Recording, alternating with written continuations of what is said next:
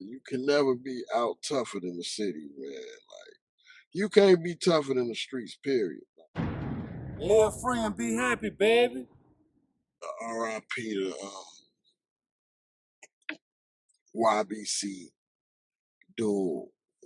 I see that you just posted a picture. I ain't realized that he made song Lil Jeff, Lil Scoom, and all of them young brothers lost their life just back to back to back. That shit crazy, man. But you know, at the end of the day, bro,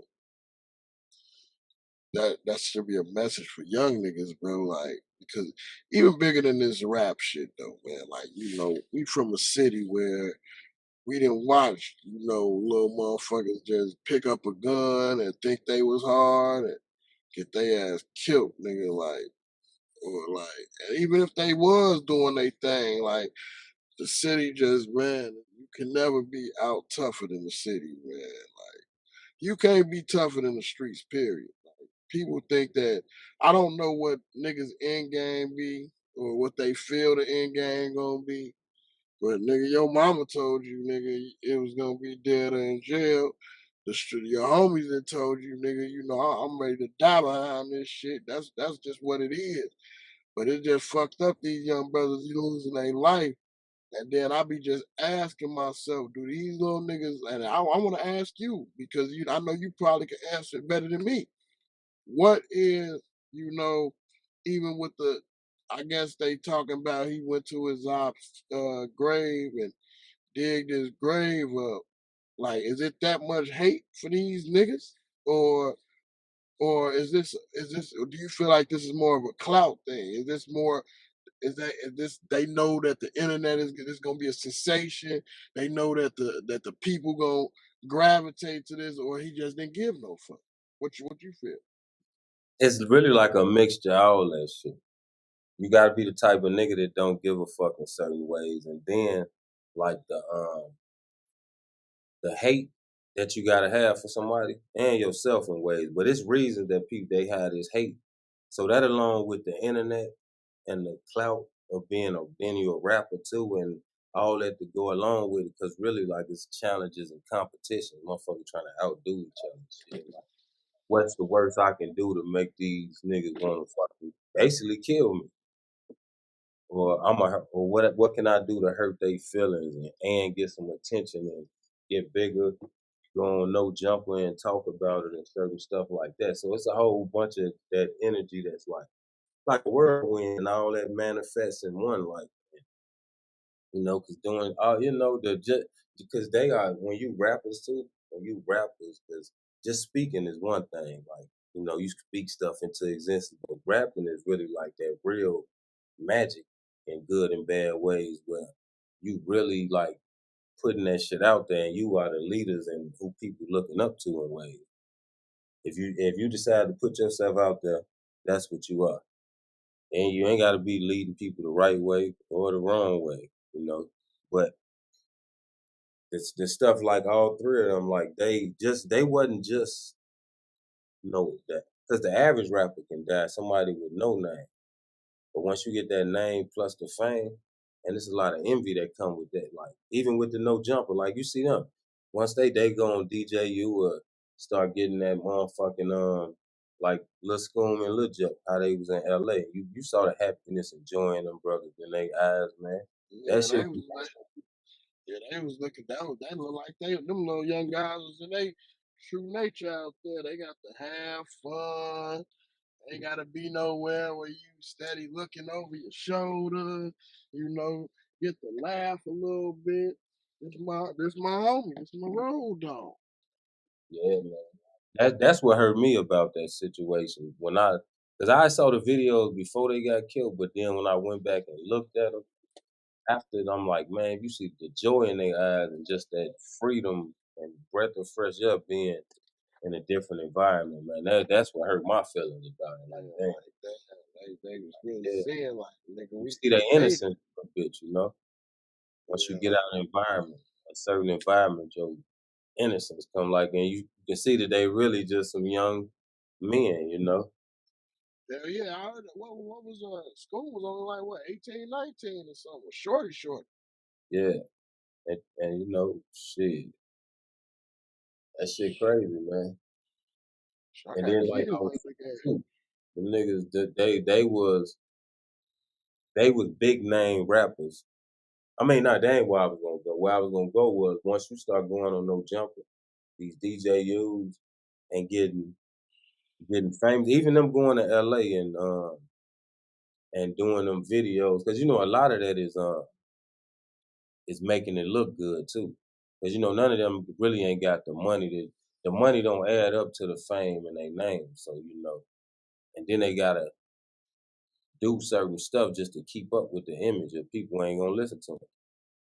But with when you go to, well, this the point I was trying to make. When you go to LA and do all that and people see it, that's when the hate and envy really turned all the way up to the max. Because not only do a nigga want to kill you for what you did already, a nigga will kill you because of your uprising and your success. They say you ain't gotta have no ops and enemies for a person to feel like that or be jealous or envious. Like, so when you see your op getting his shine on and all, you know, that'll make you really have to, oh, it's time now.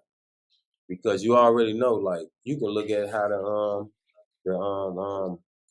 what you call it, the not the old, the BDGD, STL, old block, all that lamb rock, that whole war and beef. You can look at that, because if them boys get to a point where they money is up high really can be, And then it's a like wrap for all the even time. with school murder, like just like it just show you like the difference between like the age group and the shit that we what we accustomed and used to, we not. It's a whole TikTok challenge talking about get get The Nene, yeah, get Nene and everybody looking for Nene. They got motherfuckers from Minnesota, New York. I'm like, damn, this is content now. Like, that was kind of crazy. Like, I didn't like when I heard about it. People was telling me. I ain't never really like look into Shorty and them. Like, I remember Lil Bloodhound, and I remember him being on the couch with CEO Trail, but I really ain't never really like listened to his music. And it ain't nothing against them little niggas or nothing like that, because you know they just doing what they felt was gonna make them out of this. But I don't even listen to that type of music, to be honest with you. Like maybe working out or something, or like don't get me wrong. It might if I like one of those songs, it probably could play one song, but it's not gonna the music I listen to don't rotate that kind of energy like in my everyday circumference. So I don't really want to yeah. really See the ride difference, around listening to that type of music. and the difference with you is, and them and people of that age group and a lot of people of that world is that you got other shit going on in your mind and your history and your background and resume and shit too, like that. That's gonna block that from being. They see a lot of them. That's they full focus. Like they wake up, they listen to that. Like you know how, because that's their soundtrack to their life and shit too. Like you got, like, even Cause when I Jews know was, what that music. I know what that music do to you. That music will have you. And this is me, nigga. I'm not can't be no other person. I'm not the nigga that's gonna lie and try to act like I'm somebody else. But that music will have you really sliding and having the pipe on you, really playing the fuck out your rear view, acting like it's on and it ain't on. You feel me? It's Chicago at the end of the day. It ain't on. yeah, Don't don't get me wrong. Anything can happen anywhere. But this motherfucker is not known for just being a janky ass place where niggas get shot for no reason all the time. Niggas be having real reason to pop these niggas. You feel me? I know it be sad. Some of these niggas be having good grades. Some of these niggas doing great in school. Some of these niggas never bother nobody. You know how the black mama gonna do, and there's nothing wrong with that. You feel me? There's nothing wrong with that. These niggas could have been the motherfucking Grinch who stole Christmas, nigga. But you know one thing about somebody mama, my son ain't never did nothing to nobody. That's gonna be always what go on the news, you know. Don't get me wrong. Sometimes it do be situations where your son ain't do nothing to nobody. He just so happened to have been next to somebody who did a whole lot of shit to the people, and nigga got the shooting at the crowd, and your son got hit. Those are fucked up situations. But that's why I be telling niggas all the time. Chicago, one of them cities, you gotta know your personnel. You know, and definitely at my age, you definitely gotta know your personnel. Those niggas I love dearly. But nigga, when it's time, hey man, what you on? Oh no, shit, I ain't on what you on. You know it be them sad situations sometimes. It be that situation when the motherfucker gotta learn and get to learn that first time. Or they ain't learned the first time and it was the second time. Because, you know, it could be somebody who hanging around the wrong person that one time. Because, you know, in Chicago really is a city where you get one chance. Like, to, hey, and it's life or death like that.